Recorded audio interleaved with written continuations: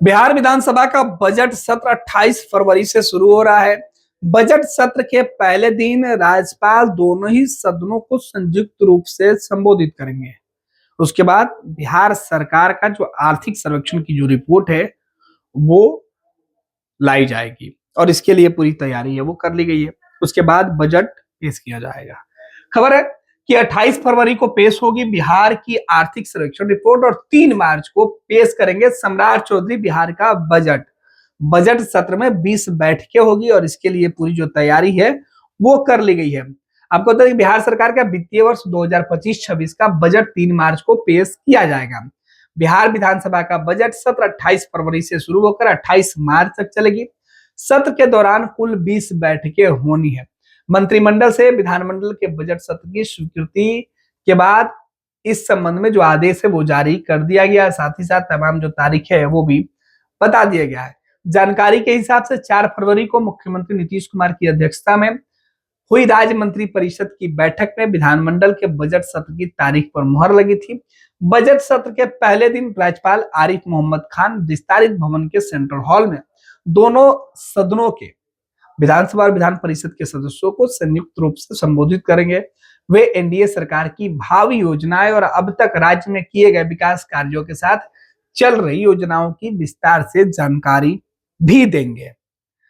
इसके बाद उसी दिन आर्थिक सर्वेक्षण की जो रिपोर्ट है वो विधानसभा में पेश की जाएगी। इसके बाद बिहार सरकार का वित्तीय वर्ष 2025-26 का बजट 3 मार्च को बिहार के वित्त मंत्री सम्राट चौधरी के द्वारा पेश किया जाएगा।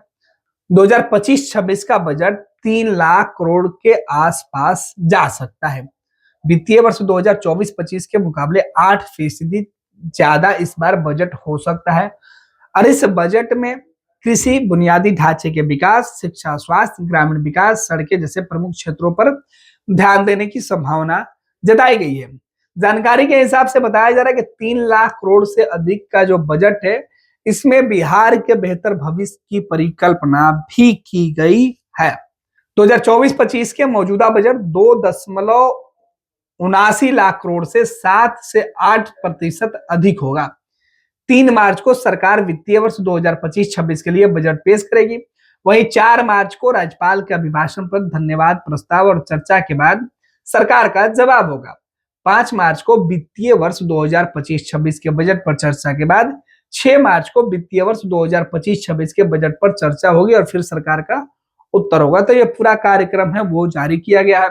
वहीं 6 मार्च को भी वित्तीय कार्य रखे जाएंगे। साथ ही साथ 7 मार्च को वित्तीय वर्ष 2025-26 के लिए बजट के अनुदान पर कटौती प्रस्ताव पर चर्चा होगा, उसमें मतदान भी हो सकते हैं। 8 मार्च और 9 मार्च जो शनिवार और रविवार होने के कारण बैठक नहीं होगी। वहीं 10 मार्च को वित्तीय वर्ष 25-26 के तृतीय अनुपूरक बजट पर चर्चा होगी और सरकार का उत्तर होगा। उसी दिन विनियोग विधेयक भी सरकार पेश करेगी। तो ये पूरा जो कार्यक्रम है वो तय कर दिया गया। 11 मार्च से 13 मार्च तक वित्तीय वर्ष 2025-26 के बजट के अनुदान मांगों पर चर्चा और वोटिंग होनी है। 14 मार्च से 16 मार्च तक बैठक नहीं है, इसमें होली की भी छुट्टी शामिल है। 17 मार्च से 21 मार्च तक वित्तीय वर्ष 2025-26 के बजट से संबंधित विनियोग विधेयक पर चर्चा और सरकार का उत्तर होना है। 22 और 23 मार्च शनिवार रविवार होने के कारण बैठक नहीं है। इसके बाद 24 मार्च को वित्तीय वर्ष 2025-26 के बजट से संबंधित विनियोग विधेयक पर फिर से चर्चा होगी और सरकार उस पर जवाब देगी। 25 मार्च को राजकीय विधेयक और अन्य राजकीय कार्य होंगे। 26 मार्च को गैर सरकारी सदस्यों के संकल्प पर चर्चा होनी है।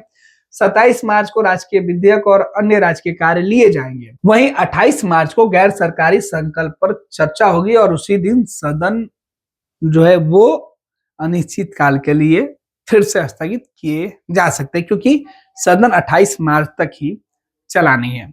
तो ये आखिरी दिन है। राज्यपाल के अभिभाषण पर चर्चा के लिए 2 कार्य दिवस रखे गए हैं। वित्तीय वर्ष 2025-26 के बजट पर चर्चा के लिए 2 कार्य दिवस रखे गए हैं। वित्तीय वर्ष 2024-25 के तृतीय अनुपूरक बजट पर चर्चा और सरकार के उत्तर के लिए 1 कार्य दिवस रखा गया है।